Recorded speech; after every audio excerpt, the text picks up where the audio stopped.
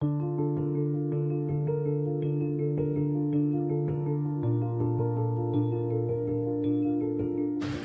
Buhari was in Lagos today to commission the long-awaited Dangote Refinery. The refinery is the single most daring project embarked upon by the richest man in Nigeria, Alhaji Aliko Dangote. The refinery is located in the Bejuleki area of Lagos and sits on a massive 2,235 hectares of land.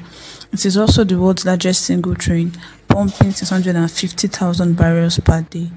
The Dangote refinery powers itself and does not rely on any source for sustainability. The whole facility is powered by a 435 megawatt power plant that powers the whole facility. At full capacity, the refinery can meet 100% requirement of all Nigerians' refined products and even create for surplus. The plant is designed to process large variety of crudes, including many of the African crudes, some of the Middle Eastern crudes, and the US light side oil.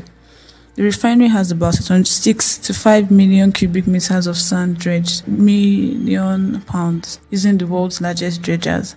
It took the world's richest man $20 billion and 7 years to complete the refinery, as the foundation for the project started way back in 2016. Will Dangote Refinery solve Nigeria's oil problem?